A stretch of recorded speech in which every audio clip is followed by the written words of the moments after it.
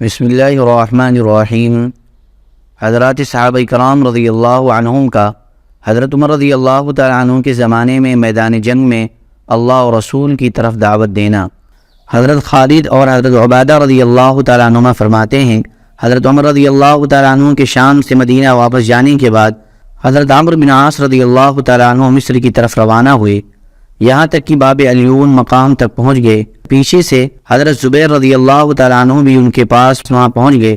مصر کا بڑا پادری ابو مریم وہاں لڑنے والوں کو لے کر مسلمانوں کے مقابلہ کے لیے پہلے سے پہنچا ہوا تھا، اس کے ساتھ دوسرا پادری بھی تھا۔ مقوقس نے اس ابو مریم کو اپنے ملک کی حفاظت کے لیے بھیجا تھا۔ جب حضرت عمرو نے وہاں پڑاؤ ڈالا تو یہ مصری ان سے لڑنے کو تیار ہو گئے۔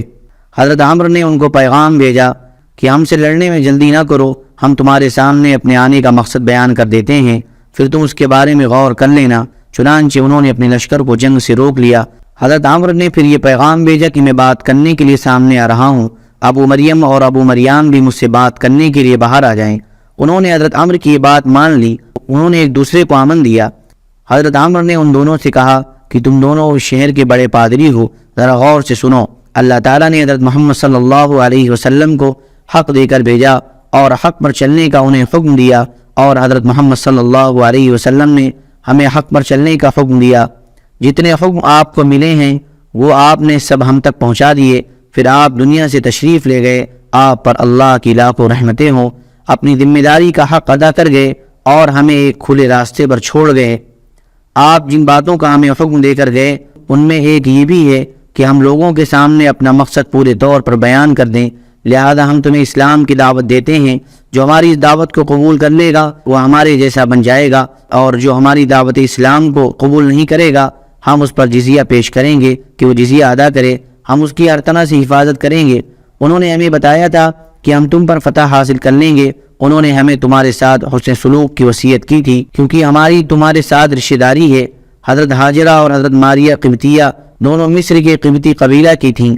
اگر تم ہماری جزیہ والی بات کو قبول کر لو گے تو دو وجہ سے تمہاری ہم پر ذمہ داری ہوگی، ایک ذمہ ہونے کی وجہ سے اور ایک رشتہ داری کی وجہ سے۔ ہمارے امیر نے بھی ہمیں مصر کے قبطیوں کے ساتھ اچھے سلوک کی ہدایت کی تھی، کیونکہ حضور صلی اللہ علیہ وسلم نے ہمیں قبطیوں کے ساتھ اچھے سلوک کی وصیت فرمائی ہے، اس لیے کہ قبطیوں سے رشتہ داری بھی ہے اور ان کی ذمہ داری بھی ہے۔ مصریوں نے کہا اتنے دور کی رشتہ داری کا خیال تو صرف نبی ہی کر سکتے ہیں۔ حضرت ہاجرہ وہ بھلی اور شریف خاتون ہمارے بادشاہ کی بیٹی تھیں، اہل منف میں سے تھیں۔ منف مصر کا پرانا دارالخلافہ ہے اور بادشاہت انہی کی تھی۔ اہل عین شمس نے ان پر حملہ کر کے ان کو قتل کر دیا اور ان سے بادشاہت چھین لی، اور باقی مادہ لوگ اس علاقے کو چھوڑ کر چلے گئے۔ اس طرح وہ خاتون حضرت ابراہیم علیہ السلام کے پاس آ گئیں۔ حضرت ابراہیم علیہ السلام کی ہمارے یہاں آمد بڑی باعث مسرت و خوشی تھی۔ جب تک ہم مشورہ کر کے واپس نہ آئیں اس وقت تک کے لیے ہمیں امن دے دیں۔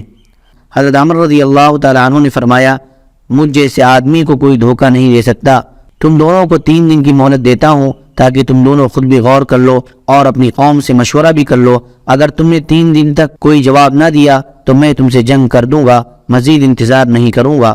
ان دونوں نے کہا کچھ وقت اور بڑھا دیں۔ حضرت عمر رضی اللہ تعالیٰ عنہ نے 1 دن اور بڑھا دیا۔ انہوں نے کچھ اور وقت بڑھانے کی مزید درخواست کی۔ حضرت عمر رضی اللہ تعالیٰ عنہ نے 1 دن اور بڑھا دیا۔ وہ دونوں مقوقس کے پاس واپس چلے گئے۔ مقوقس نے تو کچھ آمادگی ظاہر کی، مگر ارطبون نے ان دونوں کی بات ماننے سے انکار کر دیا اور مسلمانوں پر چڑھائی کرنے کا حکم دے دیا۔ ان دونوں پادریوں نے مصر والوں سے کہا ہم تو تمہاری طرف سے دفاع کی پوری کوشش کریں گے اور ان کی طرف لوٹ کر نہ جائیں گے، اور ابھی 4 دن باقی ہیں، ان 4 دنوں میں مسلمانوں کی طرف سے تم پر حملے کا خطرہ نہیں، امان ہی کی توقع ہے۔ لیکن فرقب نے حضرت عمر اور حضرت زبیر رضی اللہ تعالیٰ عنہما پر اچانک شب خون مارا۔ حضرت عمر اس اچانک حملے کے لیے تیاری کیے ہوئے تھے، انہوں نے فرقب کا مقابلہ کیا اور فرقب اور اس کے ساتھی مارے گئے اور وہ یوں خود ہی اپنی تدبیر میں ناکام ہو گئے۔ وہاں سے حضرت عمر اور حضرت زبیر رضی اللہ تعالیٰ عنہ عین شمس کی طرف روانہ ہوئے۔ حضرت ابو حارثہ اور حضرت ابو عثمان کہتے ہیں کہ جب حضرت عمر رضی اللہ تعالیٰ عنہ مصریوں کے پاس عین شمس پہنچے تو مصر والوں نے اپنے بادشاہ سے کہا تم اس قوم کا کیا بگاڑ لوگے جنہوں نے کسریٰ اور قیصر کو شکست دے کر ان کے ملک پر قبضہ کر لیا؟ ان سے صلح کر لو اور ان سے معاہدہ کر لو، نہ خود ان کے سامنے مقابلے کے لیے جاؤ اور نہ ہمیں لے جاؤ۔ لیکن بادشاہ نہ مانا۔ یہ قصہ 4 دن کا ہے۔ اور اس نے مسلمانوں پر حملہ کر کے جنگ شروع کر دی۔ حضرت زبیر رضی اللہ تعالیٰ عنہ ان کے شہر کی فصیل یعنی پناہ کی دیوار پر چڑھ گئے۔ یہ منظر دیکھ کر وہ ڈر گئے اور انہوں نے حضرت عمر رضی اللہ تعالیٰ عنہ کے لیے شہر کا دروازہ کھول دیا اور صلح کرنے کے لیے شہر سے باہر نکل آئے۔ حضرت عمر رضی اللہ تعالیٰ عنہ نے ان کی صلح کو منظور کر لیا۔ حضرت زبیر تو ان پر غالب ہو کر دیوار سے شہر میں اترے۔ سبحان ربک رب العزت عما یصفون وسلام علی المرسلین الحمد للہ رب العالمین۔